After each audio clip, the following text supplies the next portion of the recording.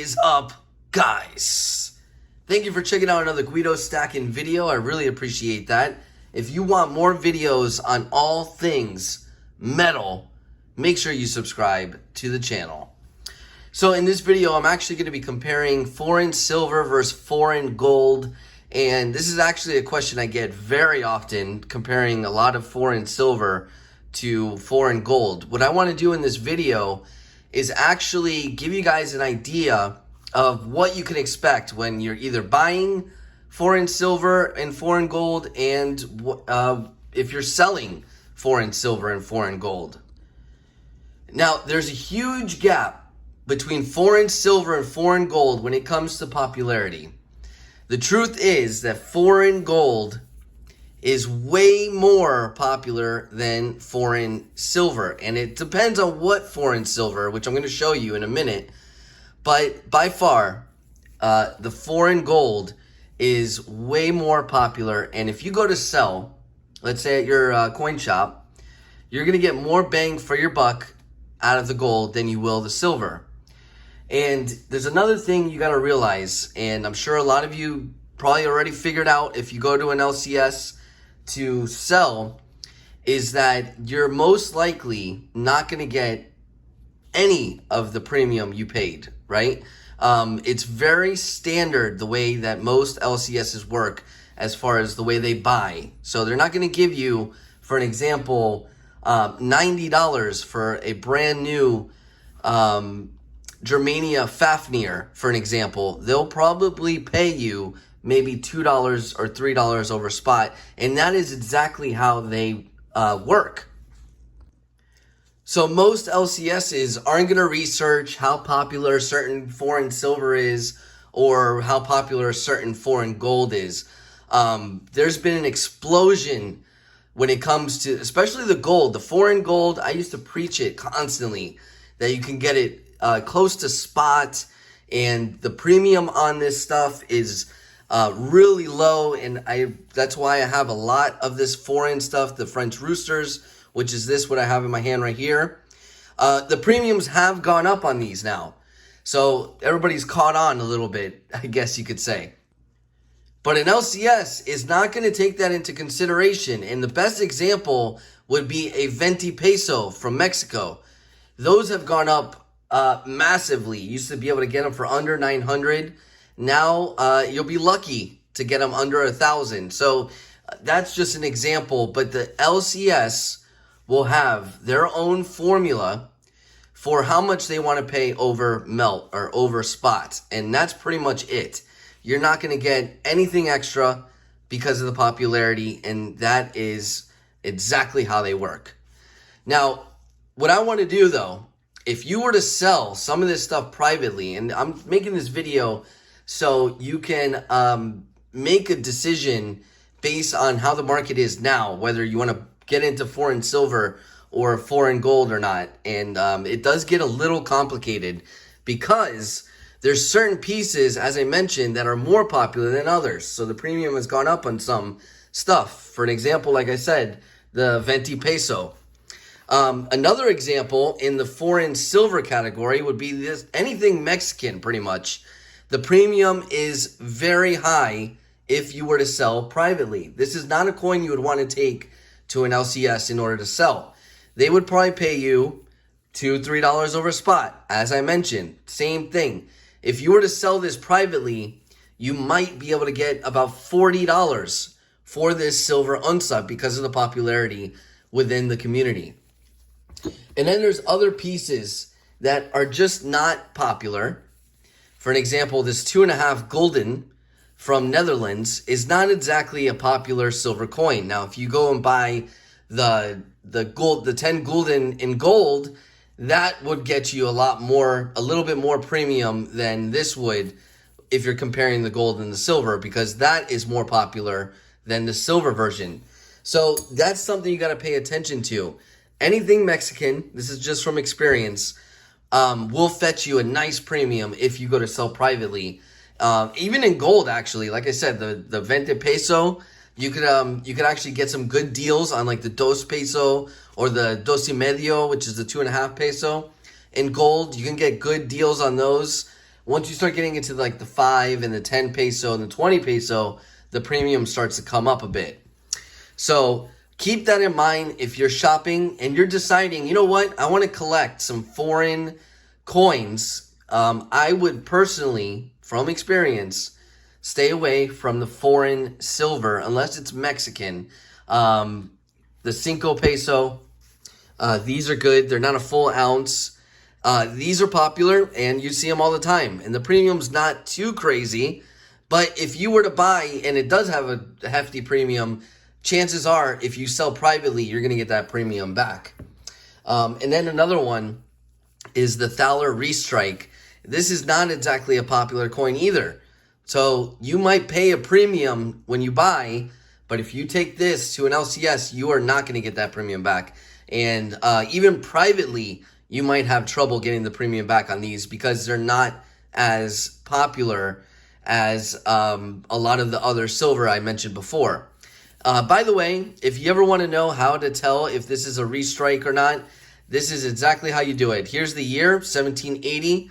If it has that X next to the year, that means it is a Thaler restrike. Just so you know, in case you see them online, if you see that X next to the year, it's a restrike. If you don't, it is not a restrike in original, and those will be way more expensive, obviously.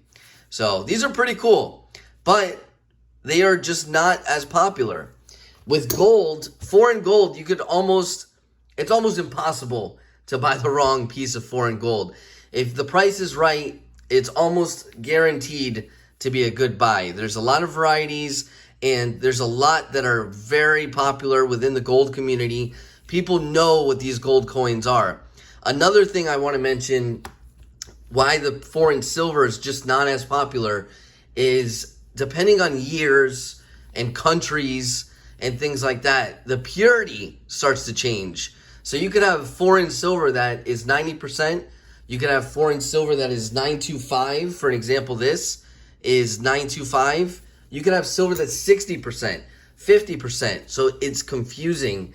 And that is actually a major deterrent for a lot of people when they are buying foreign silver, because you just don't know the purity. There's a little bit of research that goes into it in order to buy, but that actually stops it from being as popular as the gold.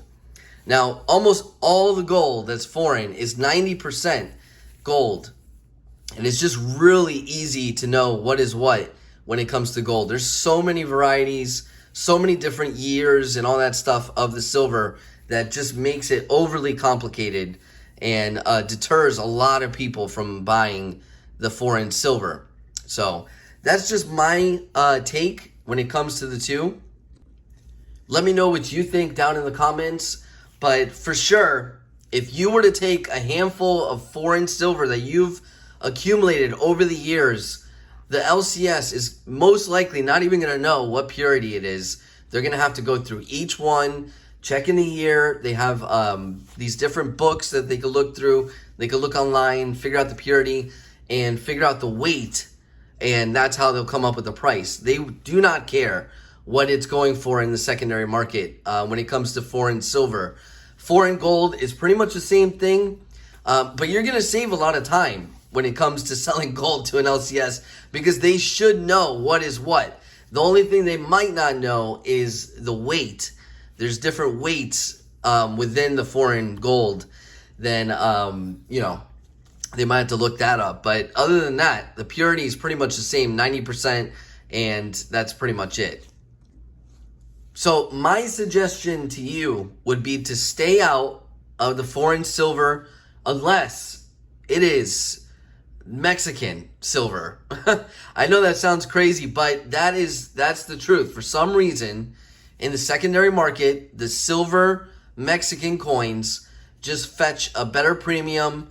There's a lot more collectors out there that do want them. The demand is there, where if you were to compare a Mexican coin versus 2.5 golden, and you sell them for the same price, I guarantee you'll have 10 buyers for the Mexican piece before you get even one for the 2.5 golden. That's just how it is. People want the Mexican silver and the Mexican gold. So keep that in mind. You could lose a lot of money playing with the foreign, if you start stacking a bunch of it and don't have the means to sell privately and fetch that premium, at least some of it back, which you would only get if you did it privately, and you would be forced to go to an LCS, you're definitely going to lose some money when you do that. Because like I said, the premium will not be taken into account.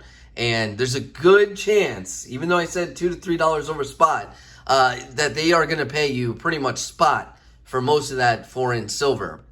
So keep that in mind. The gold, however, depending on what it is, you might actually get a little bit over melt for that. So over spot for the foreign gold. So just keep that in mind. Before you start buying all this foreign silver, make sure you know, 1, the purity, 2, the popularity, and keep in mind whether or not you could sell it privately, because that's going to make a massive difference when you go to sell, because you will lose if you go to an LCS. Now, I keep hearing rumors that the eBay bucks has been washed off. No more eBay bucks, but that is a misconception. They are still doing the eBay bucks. What they have gotten rid of is the 1% eBay bucks that was always active. That's what they got rid of. So now, instead of always having the 1% cash back, they've gotten rid of that, and they're still doing random 5% eBay bucks at random times. They just did one not too long ago. So that is what they got rid of. So not fully have they gotten rid of the eBay bucks, but of the constant 1% eBay bucks that you would get on pretty much all this stuff. Even the foreign silver, if it's in the world coins category, this stuff would actually qualify for eBay bucks, as well as the gold. And that is one of the factors of why I preached this foreign gold for years, is because of the eBay bucks. You could get 5% off the top. A lot of these foreign gold coins that I have in my collection, I actually paid less than melt for them because of the eBay bucks. And combine that with my credit card, I'm getting 7% off of these gold coins at a time. So if you haven't already, I think you can still sign up for eBay bucks. I would definitely do it, and just wait until you see that 5% and just start buying up some of this foreign gold, even though the premium has gone up just like everything else. But back in the day, I'm telling you, this stuff was a great buy.